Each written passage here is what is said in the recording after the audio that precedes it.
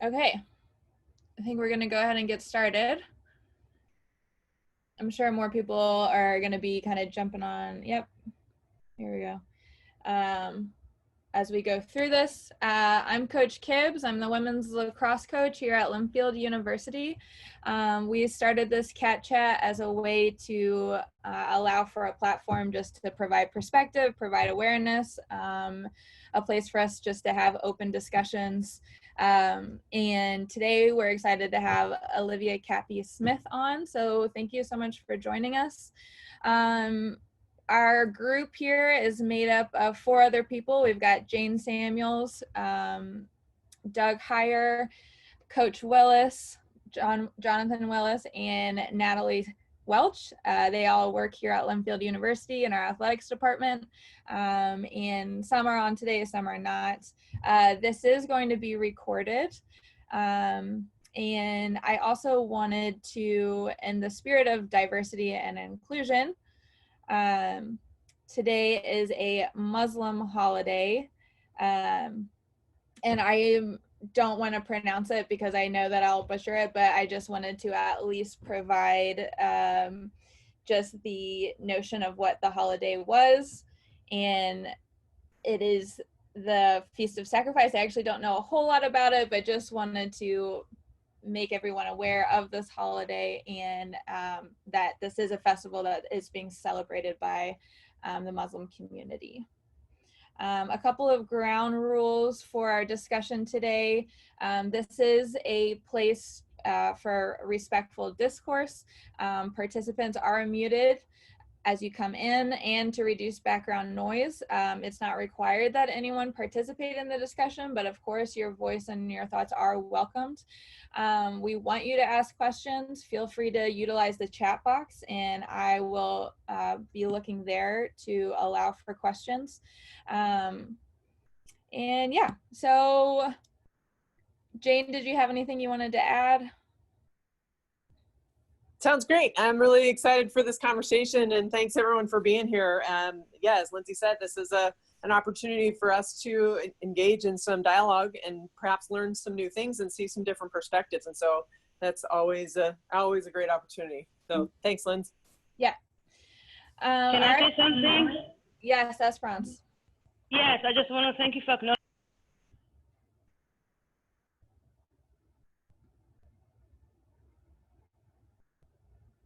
Sorry, Esperance. Yeah, there you go.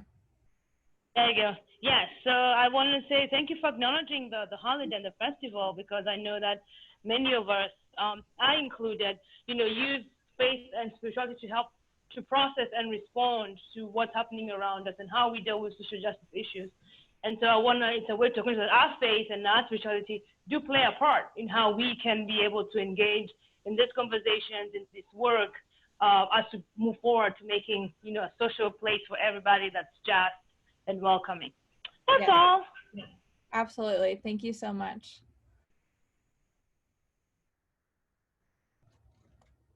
All right. So Olivia, thank you for being on. I want you to, if you can just start us off, it'd be great just to have a little background. Tell us a little bit about yourself, how you got to where you are now, what your role is currently, and then we can get started in our discussion. Yeah, thank you so much for having me. Can everyone hear me? Yes. Okay, cool.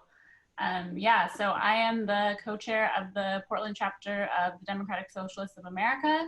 I joined DSA after Bernie Sanders' campaign in 2016, as did a lot of other young people who kind of thought that maybe the system wasn't working for us and that actually it might be possible to build a better one. So I've been involved in that kind of activism for about 4 years. I'm also track coach and assistant cross-country coach at a high school here in Portland. So I'm excited to be talking to fellow coaches and athletes. Yes, absolutely. All right. So we're just gonna dive right into it. I did create kind of a slide just to, we can use as a, just for format purposes. So tell us, we really just want to get to kind of around what is happening downtown and the protest, right? I feel like right now, one of the biggest issues for me, especially, is just the I feel like I can't trust the news sometimes. It seems so biased. It's hard to get like accurate representation of what really is happening. I personally haven't been down there, and so I don't have a legitimate view of it, and I'm trying to kind of keep my opinion really neutral, just because I'm hearing both sides, right? I'm trying to be respectful of both. So what can you tell us? Yeah, so I think to put it into perspective, we need to talk about like the national context. I think in the wake of the murder of George Floyd, you know, we saw these huge protests spring up all across the country against police brutality. And this is an issue that people have been working on for years, both protesting in the streets and also policy, research, reforms. And the truth of it is that we largely have not gotten anywhere. You know, the Black Lives Matter movement started 6 years ago. And really the only thing that has come of that is awareness. And awareness is amazing. But as the general population is gaining this awareness, we're not seeing any really change or end to these police killings. You know, Minneapolis actually had a lot of the reforms instituted that some have advocated for when George Floyd was murdered. That didn't stop him from being murdered. And people, I think, are realizing that reforms like that are not enough, and that to really change the institution of policing, we have to change our priorities as a society. So even here in Portland, every year we see the police budget increase while we see funding for everything else get cut. And we're told we don't have the money to fund those things, but we always have the money to fund the police and to fund more militarism. So now we're seeing this movement to defund the police. And in Portland, that demand has mostly manifested as a demand to take $50 million from the police budget and put it into social services. Because the research shows that the cause of crime isn't a lack of policing. The cause of crime is poverty. The cause of crime is mental illness. The cause of crime is the environment that people committing crimes have been conditioned in, an environment that is obviously not providing support that is needed.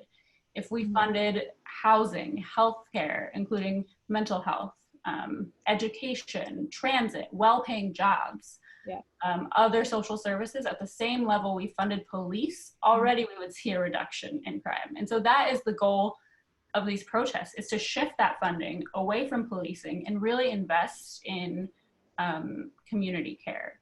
Yeah. I also think, like, because of the pandemic, we're in a moment for protesting that we haven't been in before, where we have this explosion of protests because there are so many people out of work right now that they can just go out there. Yes, I thought the same thing. That was actually one of my concerns too. I'm like, you know, are they just trying to find something to get behind because they don't have anything else going on and everyone's been quarantined for 3 months? Or like, you know, what? It just seems like such kind of there's been just such a violent outburst. And so I personally am also just trying to, in my mind, kind of navigate, you know, are we fighting fire with fire, or, you know, how can we, you know, why is it getting so violent?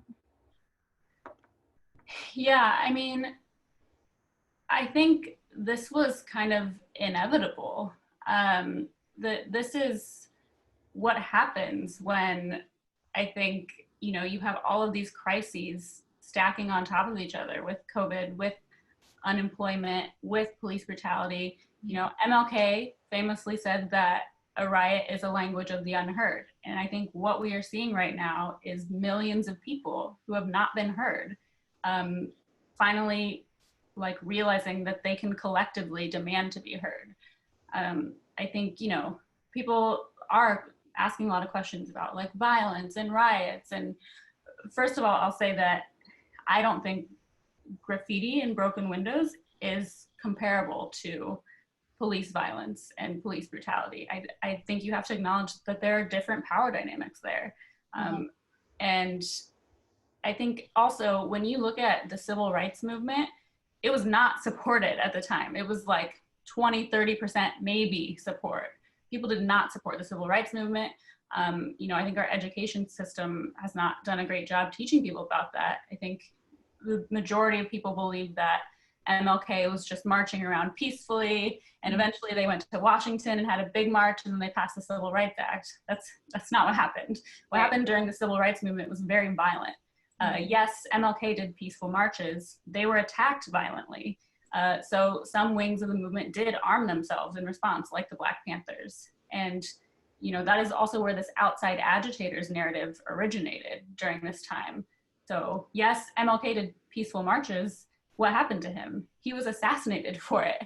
And after he was assassinated, every city in the country rioted and burned things down and looted. And that is when the US government said, I guess we better pass the Civil Rights Act, because that's what these people are demanding, because these people are denied basic human rights. And when people are denied basic human rights systemically, when people's voices aren't heard in such a collective and systemic way, people are gonna do what they feel they have to do. And that's what happened when they passed the Civil Rights Act. And after they passed it, these big protests and riots stopped. So, sorry, we've got a couple more people joining us. So what you're saying, the ultimate goal for these protests right now too is defunding the police, shifting the amount of money that they are funded towards social services.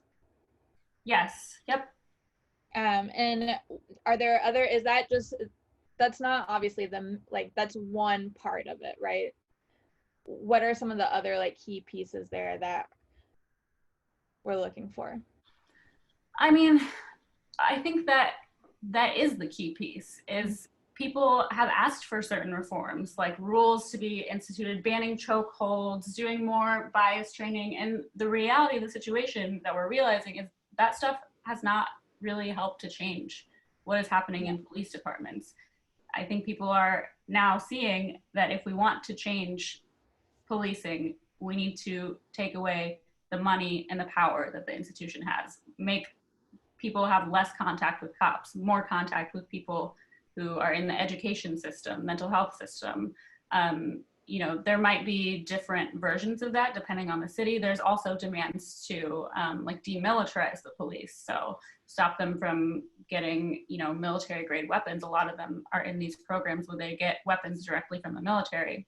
And that's also a part of the protest too. But I think, you know, the vast majority of it is this demand to defund.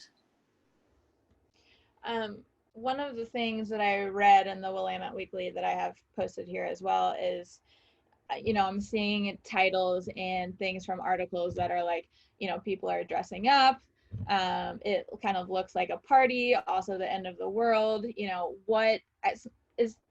do you think sometimes the message is getting lost on some like people that are kind of showing up in that fashion as opposed to, you know, or is that a way to protest? You know, I'm trying to be totally, Yeah, I would say the movement relies on a diversity of tactics. So, you know, lots of different ways to protest or to advocate for change. I think when you look at the optics of the police firing crowd control munitions at someone in a banana suit, it's kind of hard for you to say, oh, the banana suit guy is the violent agitator here, when the police are like pointing a crowd control weapon at him.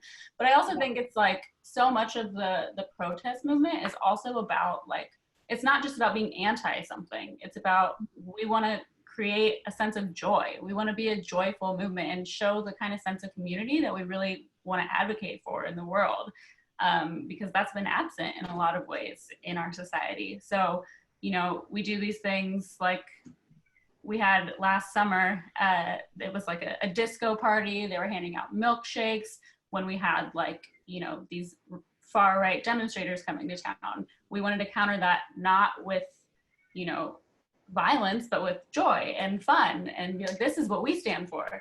And even that gets twisted and it's like Antifa milkshakes, they're throwing concrete milkshakes. Like what? So it's hard to, whatever form of protest you take, the narrative is not going to be your own anymore. But I also see like with the naked woman and everything, like that definitely does kind of take away attention from the cause. But yeah. And I think that's also probably one of the issues that we have with younger generations and just society today is the social media. Like everyone's looking for the picture or the comment that's going to get the most attention, right? And so without doing your research on actually figuring out like what are both perspectives, what, you know, and actually doing the research to form an opinion, I think, you know, it's hard for, I look at some people, I'm like, how can you have an opinion? You know, you have the patience for 10 seconds to look at a photo or a video. And, you know, I think it's important to definitely see both sides. Yeah, and I will say just on that note, like, I didn't learn any of the stuff I know in college. Like, I'm not a lawyer, I didn't study this. I am just some woman who thought that maybe we could improve society and you know, fund it differently to care about each other. And I learned everything I know just from being involved in advocating for that kind of stuff. And so like when I was a teenager, young adult, I had rapidly changing politics and beliefs all the time, and I'm still learning all the time. And so I think just being open to learning and, you know, self-education is a huge part of it. Right. And I think also, you know, there is no right answer, right? There's not like a clear defined answer of like what we should be doing. Otherwise, I would hope that that's what we would be doing. But what would you say are like action steps, solutions, like in a perfect world, if somebody were going to come to you and say, okay, we are going to defund the police, like what are your top 3 action steps for that, like that you imagine happening? I mean, not just in terms of like defunding the police, but in general, if you want to create change, you either have to join an existing organization that does the thing that you want or create your own with other people. I think we live in a highly individualistic society where people think they can just do it on their own, and that's not how it works. One person cannot create change on their own. They're called movements for a reason, because you need other people. So if you have an issue you're passionate about, maybe it's climate change, you know, you can join the Sunrise Movement. If you care about stopping tuition hikes at your university, you know, you can join a student group to stop that. You know, if you care about your rights in your workplace, you can join together with your coworkers to organize and get those rights. So, you know, I always use the example, like if you're going into your boss's office and you ask for a workplace condition to be changed, how likely is it that they're going to give it to you? Versus if you and all your coworkers go into your boss's office and ask for a workplace condition to be changed, it's much more likely that they will recognize the collectiveness of that, the collective power of that, and give you what it is you're asking for, because workplace wouldn't run without all its workers. And that is the same logic that needs to be applied when you create any sort of societal change. Like a power first mentality.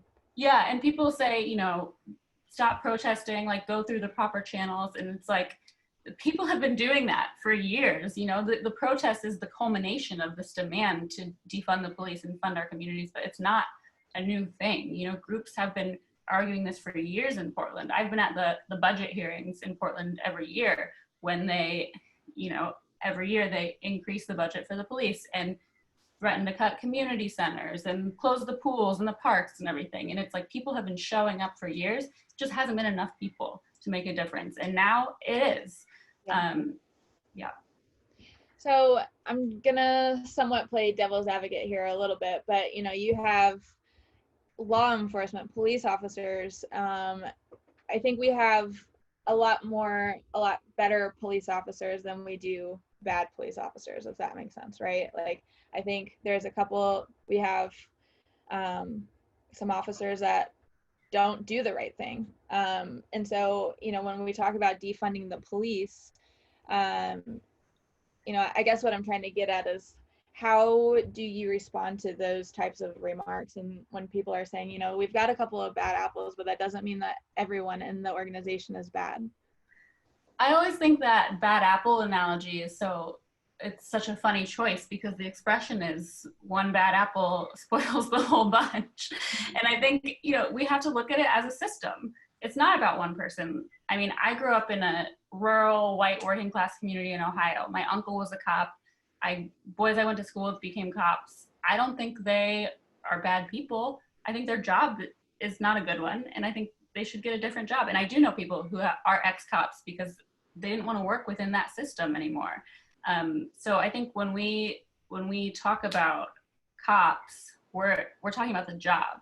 You know, that's a choice that people make to have that job. And we're saying we shouldn't prioritize that kind of job over these other jobs, teachers, mental health care workers, things that I think should be prioritized to care for our community, not militarism and policing. So stemming off of that also, the federal government downtown. Like I said, I haven't been downtown. The media news outlets, it looks horrific. Have you been down there every day? I haven't been down every day. I've been down a couple times a week. Okay. Do you think the federal government's obviously, like, not obviously, is it making it worse? Is it Yes. What's happening? Yeah, I think, you know, this really starts and ends locally. I think people were out there to protest against the way that the Portland police has been funded and has been handling things. And that's still what the demand is. Now the focus is on the federal officers, which has turned a lot more people out and escalated things a lot because it's scary and dangerous, and people don't want to have a federal force in their city. And you know, they're talking about the federal courthouse and they're guarding the courthouse. Like, the protesters, we don't care about the courthouse. We're just there because this is where the police headquarters are and we're protesting the police. Like, it's not about these buildings. We don't care about the buildings. I think they're using the buildings as an excuse to repress the protest. And obviously that has stoked a lot of tension. Yeah, they're saying, you know, the defacing of the building and the graffiti, and like they're just protecting the building. Right, and it's not about the building. Like, no one cares about the building. People are graffitiing the building because the feds are guarding the building. I care about the building. I'm saying that the protesters there are not protesting the building. Right. What do you think are some of the biggest misconceptions about what you're doing? Which actually, that probably falls right in line with it, right? Yeah. I think, this is not about the federal officers and imposing Trump sending federal officers in. It's about how we fund our community. That's how the protest started, and that's still the demand. I think the federal officers have escalated the situation, but we want the focus to be on the Portland police. I want to get involved. I am not ready to go downtown, and that's just not somewhere I'm ready to get involved right now. But if I want to create change and I want to help in other ways that kind of are away from the violence part of it, what can I do? What are some of your recommendations that you have? Yeah, that's a good question. I think, just paying attention to your local politics is a place where you can start, because so many people don't realize how many decisions get made at the local level. And, a lot of people say, like, I don't follow politics, I don't understand politics. And I think to say that is to kind of deny the material reality of your existence. Like, everything about our lives is shaped by politics, from the roof over your head to food you eat to tuition you pay to go to school. Someone is making decisions that affect those things.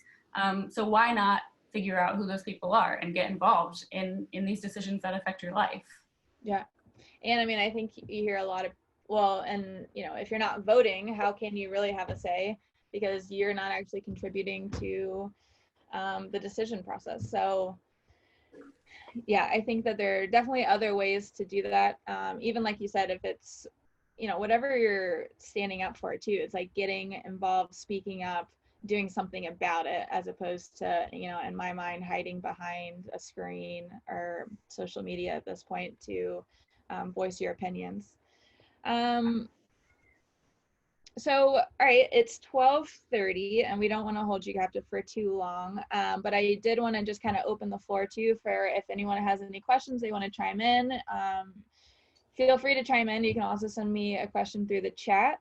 And then, we can wait a couple seconds if anyone actually contributes a question, or if you have any other last couple of thoughts you want to throw out there for anyone while you kind of have the floor.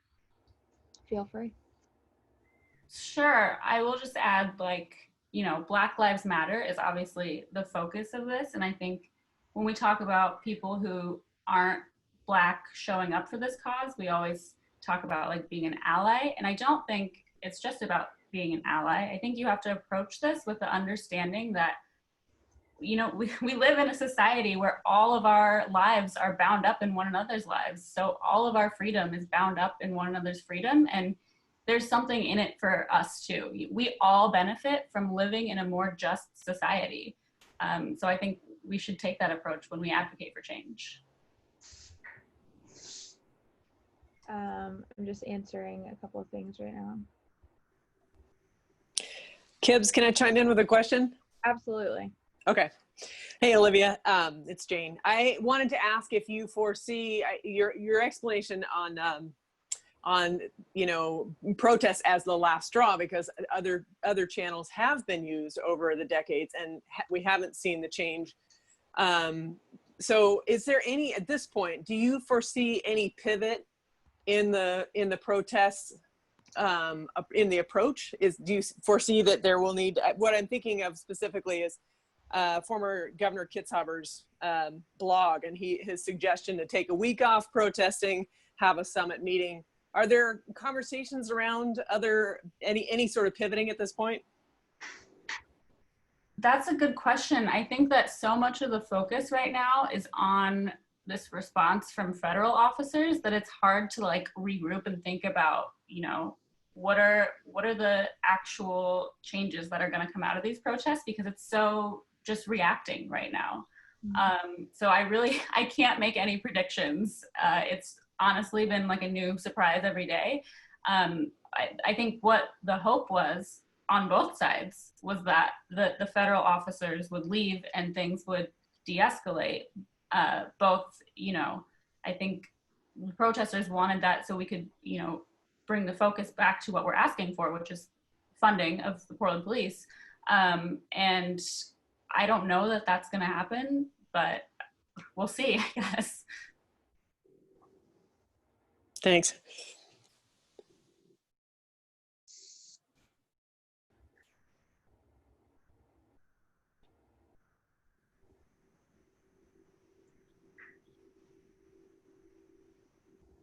Coach Willis, did you have anything you wanted to add? No, I just want to tell you, thank you, Olivia, for the work that you're doing, and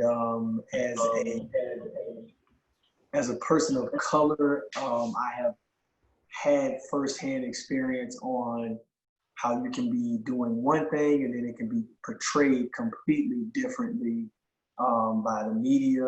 I tell people at least 3 times a day, it feels like, that media is the strongest engine in our country, right? And they are in the ratings business, right? They're in the ratings business. So them, you know, pushing a story of 18-year-old boy helping an 80-year-old lady carry her groceries inside, that's not going to make the 6 o'clock news, because that does not divide people. That doesn't pull at people's heartstrings. So again, you know, I had to challenge a gentleman who's a childhood friend of mine who, he lives in South Carolina, and he posted, he's like, Portland's a war zone. And I said, well, when's the last time you've been to Portland? You know, like you're just completely speaking recklessly, right? About stuff that you're not even there to experience, stuff that you don't even know. So again, I want to, you know, just say thank you for the work that you're doing. As a person of color, it means a lot to me to see people who don't necessarily look like me, who don't necessarily have to care, right? And still be, you know, taking a step in that fight, essentially. So I appreciate it. And if there's anything I can do to ever help, please let me know. Don't hesitate. I'm usually a lot more vocal than this, but this is kind of humbling, just to hear, you know, you speak and to hear you know, what you hear on the news and what people say about your organization, and then to actually meet and talk to somebody who's there, who's from it, you know what I mean? So, you know, like I get accused of being, a pot stirrer on social media a lot. Just because I say stuff that's controversial, or I post things that are controversial. For example, you know, like this tweet from 45 the other day that was talking about suspending the election because it's not safe to open up the polls. So I just was like, well, it's safe to open up schools in Florida in August, but it's not safe to open up the polls.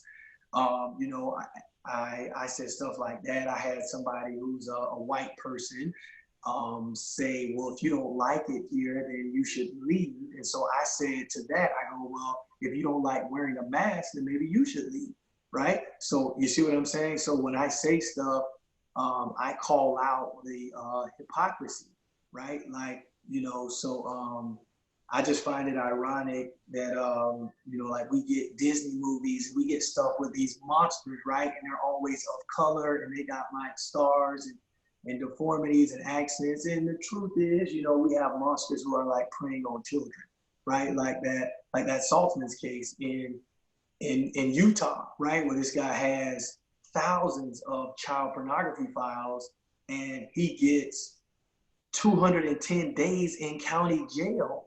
And he got credit for 148 days of time served. So it's like, well, again, where's the All Lives Matter crew? Did those little kids who were being swapped in child pornography, do their lives matter? Because Michael Vick can go to jail for 2 years for owning a house where dogs were fighting, but yet you can, see, that's my thing. I just get into this thing where it's like, we just need the same energy, right? We just keep the same energy. I have a shirt that says, keep the same energy.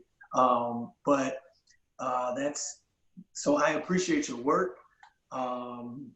You know, and I'll message you, you know, after this. If there's anything I can do to connect with you, I'd love to do it. So thank you.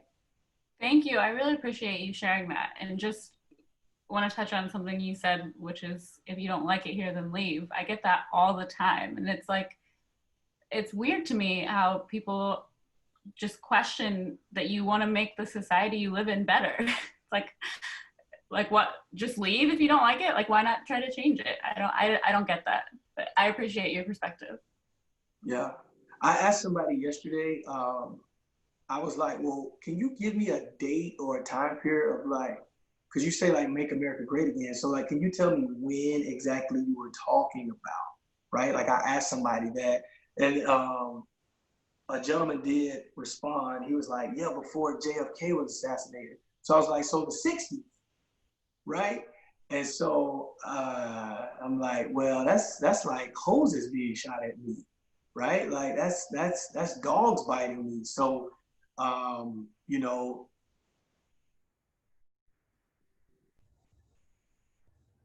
but anyway, I digress. So it is a pleasure meeting you. Thanks, Coach. Something came up for me too while we were kind of discussing this. You know, one of the things I struggle with is finding a lot of our student athletes that will kind of jump onto this mob mentality, right? Like they don't have a rational basis for like why they are following a group on both sides. They just are doing it maybe because their parents are, or their friends are, or whatever it may be. And on our CatChat weekly, we talk about critical thinking. So what do you think would be some of like the best questions that some of our student athlete, or just students in general, really can like be asking themselves when they're trying to decipher, you know, what they're going to support? You know, we're all in a time right now where like developing our values, things are changing constantly, our perspectives on things. In the spirit of critical thinking, what do you think would be some of like the most critical questions to be asking? And that could be, you know, asking your law enforcement, asking your local police, asking whoever it may be. What do you think? Yeah, I would say, I think we consume so much on social media, and that's a good tool, but we also need to get out into the world and talk to people. That's where you learn most things, is by hearing about people's experiences that are different from your own and getting out of your sort of echo chamber. Like I said, I think paying attention to local politics is super important, and seeing what decisions are made on that level and actually engaging with that. And yeah, just being open to learning and growing and changing your mind. Like my first job in politics was for a Republican. Then after that, I worked for a Democrat. Then after that, I was like, oh, actually, neither of these parties are advocating for me. And my politics have changed so much since I was a teenager. And I think just being open to learning and acknowledging when something that you once thought is maybe not what you think anymore. I think people think they have to pick one thing and stick with it, and they can never admit that, they don't believe that anymore. And I think that's wrong. And I really look up to you for that too, for like being able to stand your ground and look at both and say, hey, none of these work for me. You know what I mean? And I think that that's really hard for a lot of people, especially if you've grown up in one way of thinking.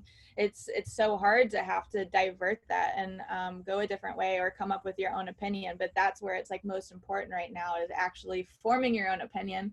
And it might be the same as what you've always thought, and it's okay that it's different if it's not, and it's just like, but that's where we really have to do the research. Like, we have that responsibility to do that. And so yeah, I really commend you for that. Esperance, you said that you have a quick question. Yes, I do have a quick question. And I just came in again, but I'll focus on my question first. What is life giving for you as you do this work? But also, as we look at spirituality, because that's a big part of it, and for me, define, how I choose to interact and what I move forward to. The biggest spiritual movement is love. And so that really makes me think about how am I expressing that in different forms. Sometimes, love has to be direct, and sometimes love has to be kind, everything in between. But my question to you is, as you do this work, one, what's that getting into? Do you find spirituality a part of the work? And also, most of our young people now are searching, yearning for something that's bigger than that. And is this something that you've seen with people that you're working with? And how can we help shape and inform them as they seek? Is that something that you're seeking, that you're finding in your work? Thank you. You're echoing a lot. I'm not sure I caught all that. Did you say how spirituality shapes my work? Is that what you said?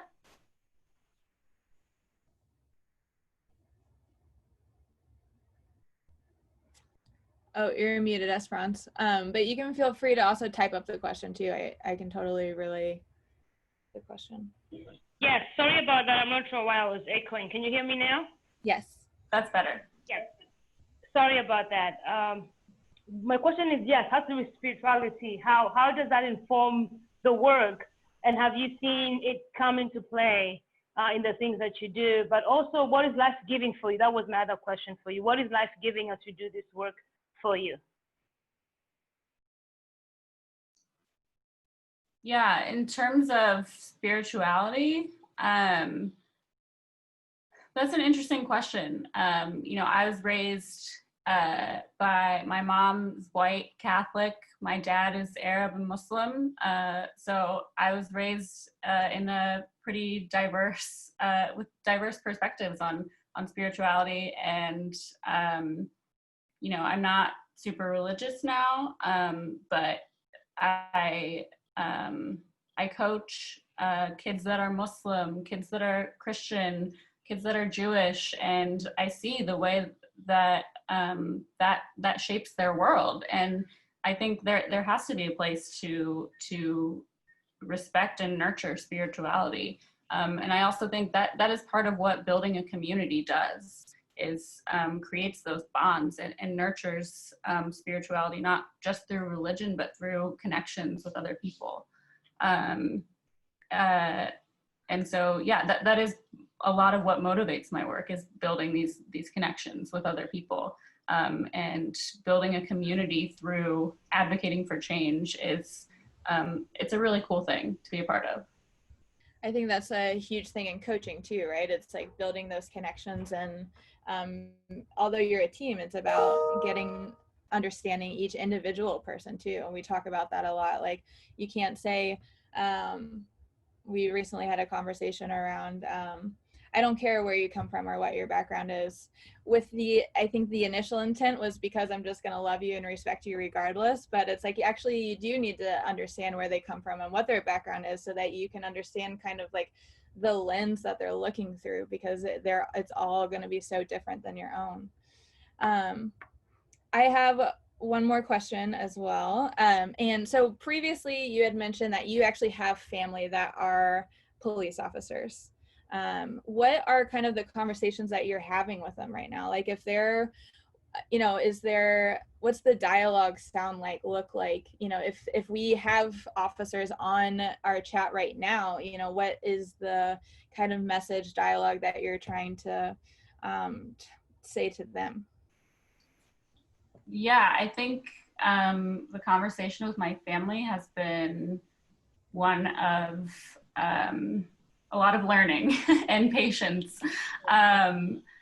Yeah, I think, like I said, it's not about them as a person, it's about the job and the way that our society is structured and funded and prioritized. And the movement that is out there right now feels that we should be prioritizing jobs like teachers, healthcare workers, social service workers, mental health, versus these jobs of policing. Like, that shouldn't be a priority anymore. So when people are saying things about cops, they're saying things about the job that they do, and they don't want them to do that job anymore. And that's what it's about. Okay. Well, we've used up our 30 minutes with you. Thank you so much. I really can't thank you enough. I know from our group and community as a whole, we are really appreciative of you spending your time here with us. And I have to talk to you later also, because I also grew up in a family with a Muslim stepdad and a white Catholic mom. So my stepdad's from Iran. So that would be really interesting. Awesome. That's so funny. Cool. That'll be a different conversation. So, but thank you so much, Olivia. It was really great to have you. And I'm gonna stay on if anyone wants to, digress, talk a little bit more, change the subject, whatever it is. We're usually on here till about 1:30, but we'll let you go, Olivia. Thank you so much, and hope to talk to you again soon. Thank you. Thank you so much for having me. Thanks, Olivia. Bye. Bye. Okay. Thanks, Gibbs. Yeah, anyone have any first initial ideas, impressions, questions, thoughts, concerns, suggestions, whatever it may be? Let me be the first one to say that we have a line of law enforcement officers that also want to get on and talk as well. So, we're hoping that next week that'll be another perspective, another conversation that we can have too. This is all about showing both perspectives, both sides, and just trying to give awareness, that's different than social media in my mind. I think social media can be empowering, but it feels really toxic right now. That's just kind of where I'm at. I'd like to add, so I just want to come out and say, as a founding member of this chat, so we don't get paid for like ratings or like sponsorships or advertisements. So I just want to make sure that it's clear that there's no hidden agenda. There's no gatekeeper or anybody pulling strings or any of that type of stuff. So this is a place where we saw a need for people to be able to engage in dialogue, and some opinions we may agree on, some opinions we may disagree on, some experiences we may have shared, some experiences may be foreign, right? So I just want to make sure that everybody knows who is attending this, who is listening to this, who is participating in this. We're also open to topics that you may want to discuss. So if there's something that's on your heart that you have a question about, you can contact either one of us and, hey, let's talk about it. So this is, I want you to think of this as more of a table where everybody's welcome to sit down and partake in a meal. Okay? I just want to make sure that that is out there and that is clear. There's no, this isn't paid for by anybody's political party. All right? Just want to make sure that that is clear as we move forward. Yeah. Thank you, John. And I'll add to that just a thought. This is Jane.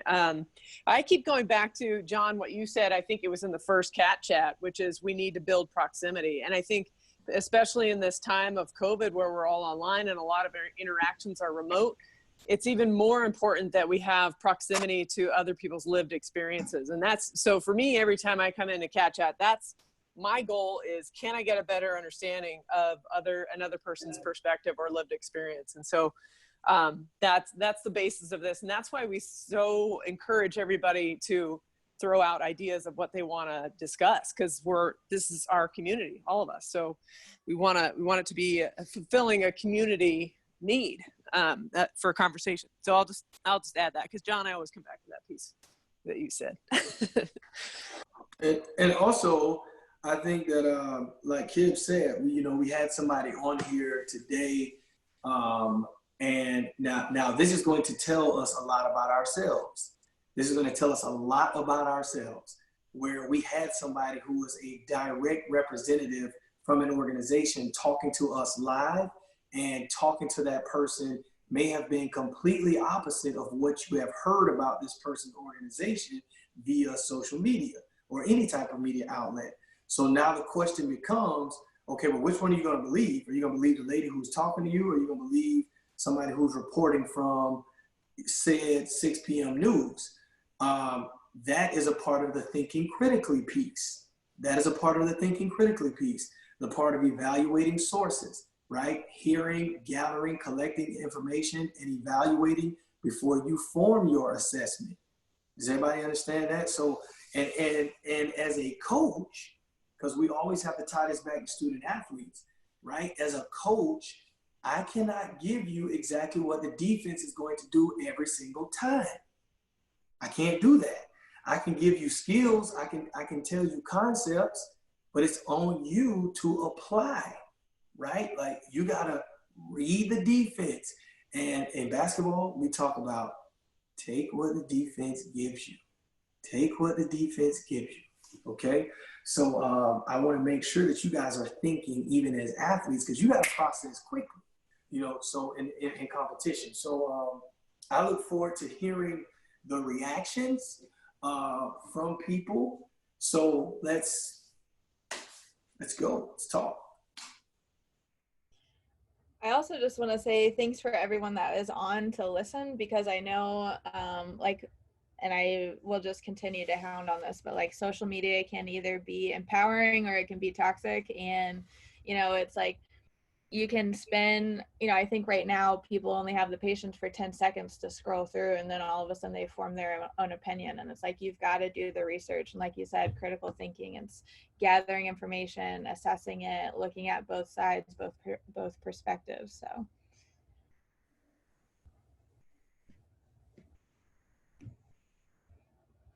Floor's open. Yeah. Do I have to draft somebody? No, because this is optional. It's optional to discuss. It's not required. Optional to discuss. I'll say something. There we go. I saw you grinning, Tyler. I was like, I wonder if he's gonna speak. Yeah. So when I initially saw that she was a special guest, I tried to do some research, looked up who she was, kind of what she was about, what she believed in, and was a little shocked that she was picked as a special guest. So I kind of brought it. There are some inflammatory things, especially on social media. Yeah, yes. And so I kind of read through Twitter and saw some very, just nasty things, not just about police officers, but, about our country and the kind of the way we go about it. And then kind of her character kind of caught me off guard. So, one of the things that I think is interesting is the organization she's a part of is the Democratic Socialists of America, cool political party, if that's what she chooses to be. But then she also kind of like is like hiding behind the disguise of that she's actually like a communist who is, you know, part of this organization. So I thought that was interesting, and how like they want to abolish all these different departments and organizations, and one of those being, you know, like ICE and police departments. And I just find it interesting that for our community, you know, so many of us, you know, love our community and we want to serve our community through whether it's military service, law enforcement, coaching, you name it. I feel like her kind of organization is, you know, anti all of that. And especially for like our football program, we lost a player who was murdered a couple years ago via an illegal immigrant. So just things like that kind of caught me off guard, and I joined in late because I was at the weight room, but I didn't get to listen to her talk, which I really wanted to, and ask some questions. But yeah, I was just a little concerned, and I really hope that going forward, this group can find, you know, different viewpoints. Especially, I'm just worried that Linfield's going to fall into this like trap where we only let in, you know, far left wing viewpoints, and it'd be nice to kind of hear both sides. Especially, that's kind of what our institution should be all about. Yeah, absolutely. And that's what I was trying to, my message earlier too, is like, we want perspectives definitely from both sides. You know, she had mentioned too, kind of at the beginning, that, you know, she wasn't asking to get rid of the police altogether. Like, her idea of defund the police was to take X amount of money and shift it over to more social services. So education, you know, medical care, things like that was what I gathered from her message. Tyler, can you tell me where you're from? Like, what county are you from, Tyler, originally? Well, I guess I've kind of been all over the place. I'm from Clark County. And then I've lived here in McMinnville now for a couple of years, but lived in Maryland for a little bit, DC for a little bit. And you're a Marine. Yeah, I was, yeah. Awesome. So I would, okay, so I ran like a little experiment on my own hometown. So I'm from Florida, from Jacksonville, Florida, and that is Duval County, okay? And so let me just say that I don't like the phrase defund the police, okay? I don't like the phrase defund the police because I think that the wording can turn people off immediately. Like, as soon as you read that headline, I think that can like shut some people down immediately. And I'm just sharing different things. And exactly. And Tyler, I'm just sharing my personal viewpoint right now. Okay. Now, so I looked at my hometown, and in my hometown, the police budget is $200 million more than the sum of the education budget and the Parks and Rec budget together. So if you add those two together, it comes up $200 million less than the police budget. Now, the reason that that's alarming to me is because while there, I was a high school coach, okay? And so there were two things that happened. This was back in, I believe, 2012 or maybe 2011. So we got a brand new courthouse, okay? And the courthouse looks like something out of a Batman movie. It looks like a building out of Gotham City, to be honest with you. And there was $2 million spent in artwork to go inside of the courthouse, okay? And in that same year, Tyler, middle school sports were cut from public schools. Middle school sports were cut from public schools, and high school students, and I don't know, this may have been the case where you grew up, but this was never the case where I grew up. High school students had to pay an athletic fee to participate on a high school team. Now, I grew up in Duval County, and that was not something that I had to do growing up. Now, I'm 36, so I was in high school from like 98 to 2002, and I did not have to pay an athletic fee. I was able to participate, Now I did have to pay for like my basketball shoes or whatever, you know, travel gear or whatever that kind of stuff was. I did have to pay for that, but there was a fee for like field maintenance and for officials that there was. I'm sorry, I don't know what Daniel. I don't know. I see. Oh, okay, my bad. I'm sorry. I thought he was asking me a question and he was on mute. My fault. But no, there was this fee now, and so we saw a struggle, Tyler, with kids who played multiple sports, because you know where I'm from, like if you're really athletic, then you play something in the fall, something in the winter, and something in the spring, right? So like our really good football players, they also played basketball and they also ran track, right? So like the people who were fast or the people, so we saw people stop participating in as much athletics because they couldn't afford it. You see what I'm saying? So there was a bit of a power struggle there, right? There was a bit of a power struggle when people are like, how can we be spending so much money on a courthouse and on paintings to go in the courthouse, and we're taking the ability of kids to participate in sport just because of their economic status, you know? So that was something that I saw like firsthand as a teacher in Duval County. So I would rather the wording be to reallocate some funding of the police and not to defund the police, because I do think there are criminals. I do think there are people who break the law. I do think there need to be people who enforce the law.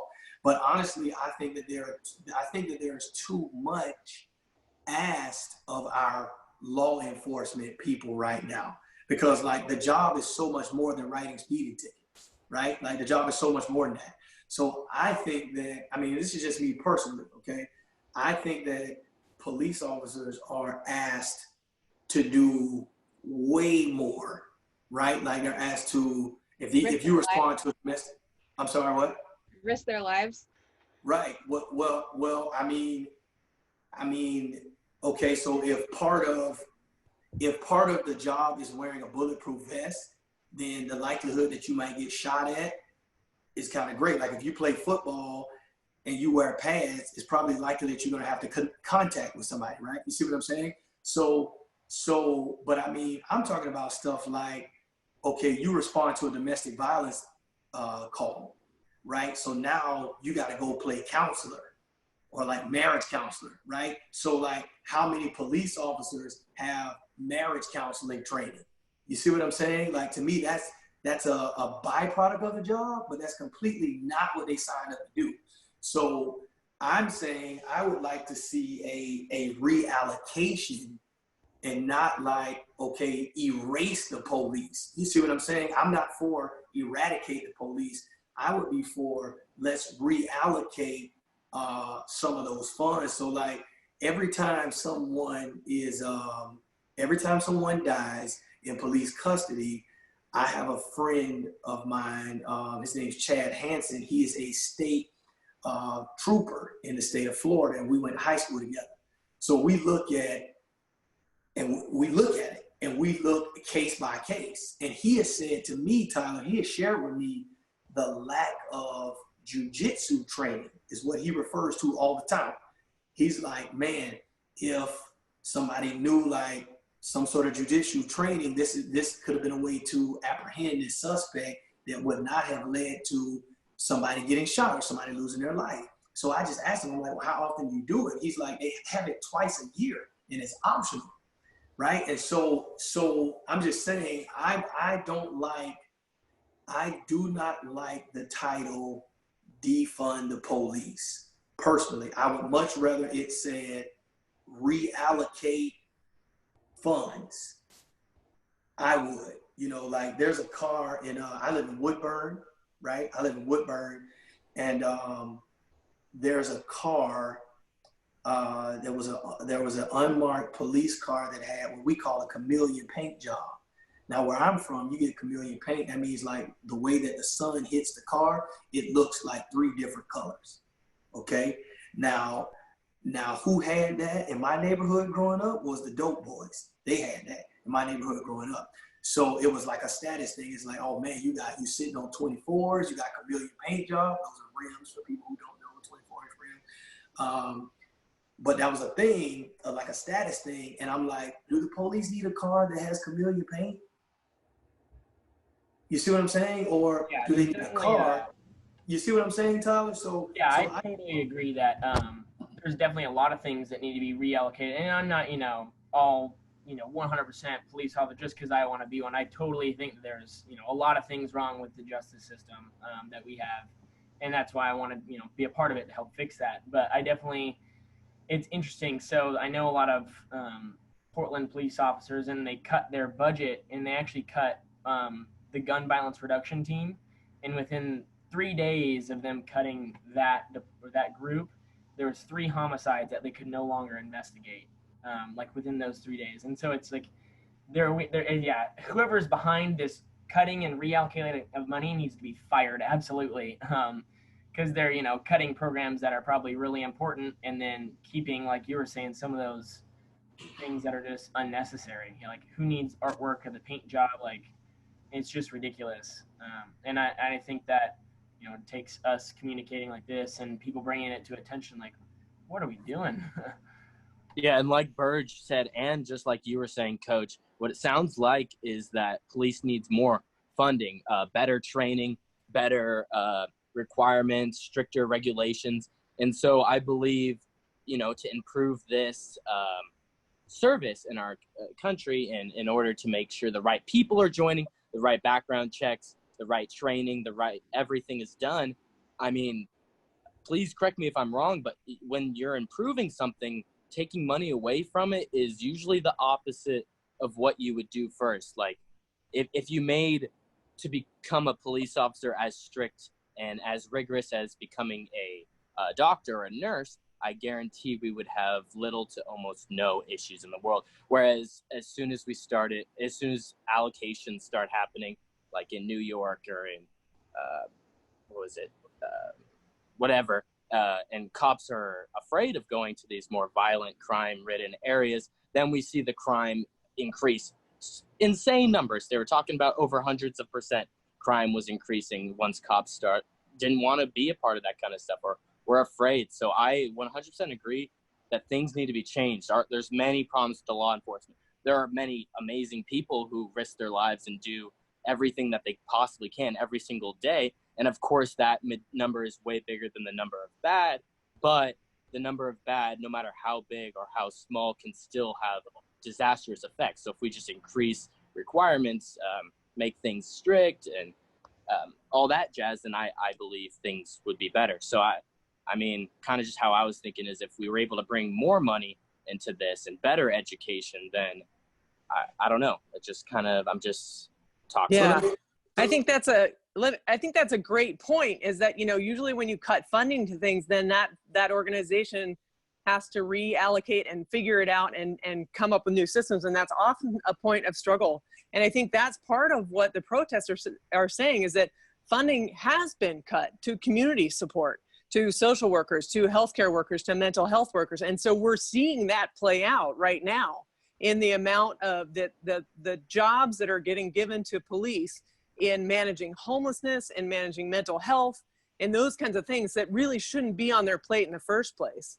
So I think it does sound pretty drastic to say, cut the police, defund the police, but really, when you think about the community organizations and support that could be preventing a lot of the issues that police are dealing with, that's a different way to look at it, where the funding could actually reduce the tasks that the police have to deal with.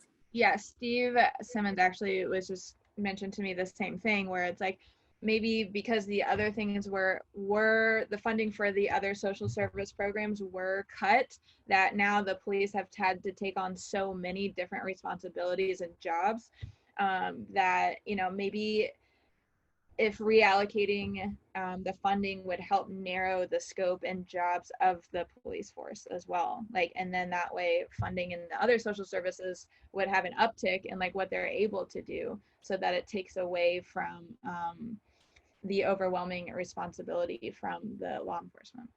So Daniel, I love your point about, you know, the point that you just made about organizations tending to struggle once funding is cut. I think that's 100% accurate. And okay, so let me just come full circle. Let me just come full circle with this, because as a coach,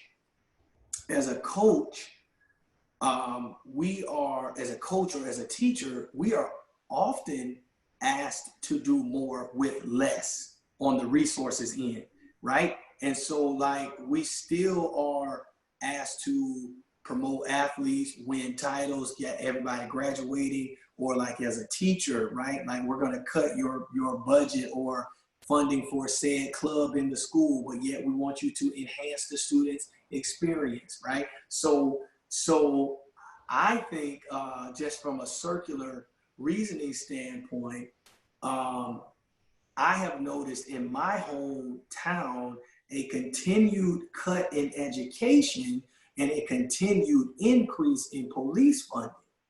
So what I'm saying is this: if knowledge is truly power, if we really need to study academia so that we can have better people in society, if that's the true goal, then to me, continuing to cut the education system is only going to lead to more people breaking laws and more crime. You know, like if you are continuing to cut from the time a kid is in second grade all the way until they're in 12th grade, if you're cutting for 10 years, then I think there is going to be a more likelihood that they are going to be breaking laws, because they won't have that education or those skills and tools to able to be productive in society, right? Because like everybody's not going to Linfield, right? Everybody's not going to the Marines. Some people need to pick up a trade. Some people might need to be in welding. Some people may need to be in HVAC. Well, if you're cutting those programs from the schools, then essentially you are putting people out here who have no plan, right? Who have no plan, who end up falling into crime, whether it's drugs, whether it's whatever the case may be. And I do think that there needs to be law enforcement for people who are breaking the law. So let me just be clear about saying that. But yeah. I'm saying it feels like we're putting out or setting people up for failure, or putting people or creating a higher density of population who won't have the skills that are necessary to be positive contributors to society. And I'm sorry to interrupt. I just have to go back to work like 15 minutes ago, but I got sucked into this, thank goodness. But yeah, I have to apologize if I had ever made any sort of statement or hinting towards defunding or taking money away from education. I completely am against that. I believe funding should be mostly around police and education. I mean, a lot of the problems in our world could be easily solved if children were educated in, you know, like psychology or philosophy at a very young age to understand the self, and soon develop the ability to understand the only thing difference between all of us is the way we think. And the problem comes out what we say and what we do. So I'm sorry, I'm 100% on your side about more money going into the education. If we had our education system more like Europe and other places that, you know, have a trade school type aspect, or like teachers are getting crazy benefits and money, that's a whole nother subject. In my opinion, I believe there's money that should be taken away from certain people's salaries in the government or in other areas that is unnecessary and way too high, and kind of put that towards education. All my life, I've been a huge advocate for increasing the standards and requirements of our education. Police is what comes second to me, but yeah, I just wanted to say real quick before I head out of here that I truly support more money going into the education, and every kind of phenomenon that you talked about that comes as a cause from that, you know, people tending to, you know, figure out that they don't want to go to crime because they don't have to, because they educate themselves, and knowledge is powerful. Escaping that ignorance and understanding the individual awareness and the society awareness, and what aspects play into both, and how similar methodologies can be used in both and still mean completely different things. Thank you so much, everybody, for your time. Thank you, I wish I Daniel. could stay Really later. appreciate you. I hope you all have a great one. Bye-bye. Thank you so much. And just so that we know, like, I wasn't saying that Daniel was like against educational funding. I was just kind of speaking in theory. I just want to make sure that's clear. I wasn't like attacking Daniel. I wouldn't like feel that way. Yeah, I think that's a good dialogue, though. It is so, I think it comes back to something that Olivia said, that we're all connected. And it's difficult for us to get out of that individualistic mindset. And so if he's looking at education and then policing as the top two priorities, which makes perfect sense, and then you're looking at somebody who's got a different background, who's looking at community support and maybe social work, that's their top priorities, or education and social work, or mental health. And that's, you look at like, I don't know, a person who works in the hospitals, and they're probably seeing that mental health really needs to be dealt with because their emergency room is taken over by people with mental health crises, you know? So it's great. That's why I think this dialogue is so important, because when you can hear other people's priorities and kind of loop them all together, all that really needs, I mean, not all that really needs to happen, but at every moment we need to connect the dots. All the dots need to be connected. And so I think you've done a great job, John, of pointing that out and making the links, because there's only so much one person in their lived experience can encounter. And so we have to hear what other people encounter and what other people's perspectives are.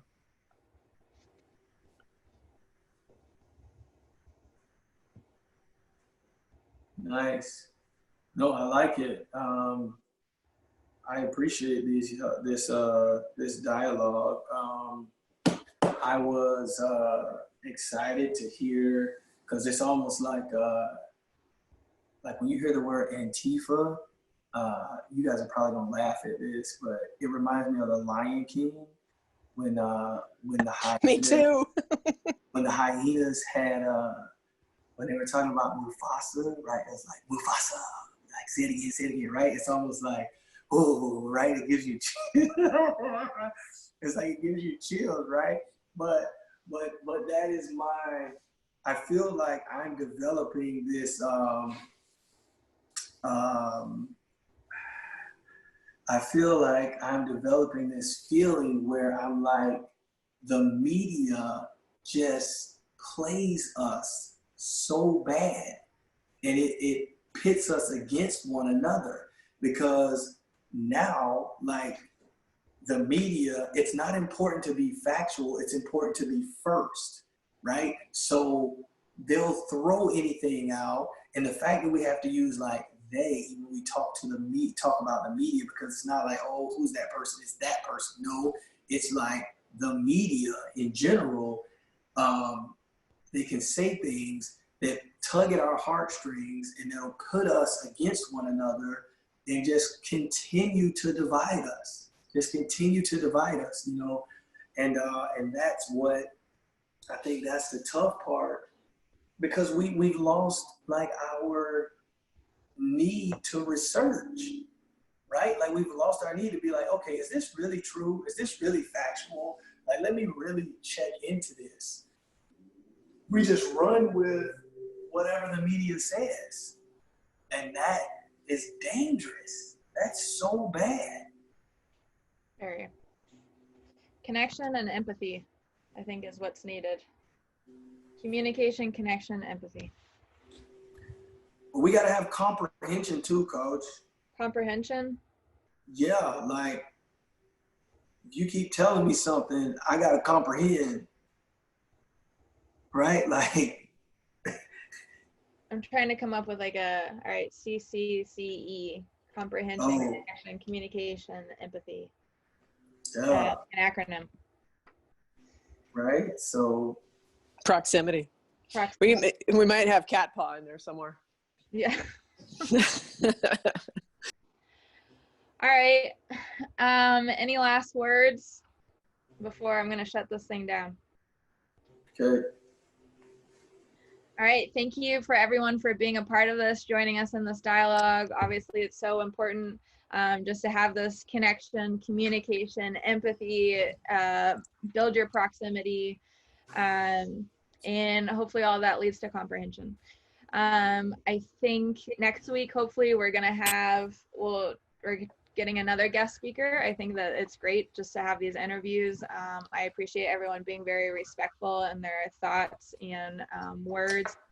Like we talked about last week, language is everything right now, every word that you say.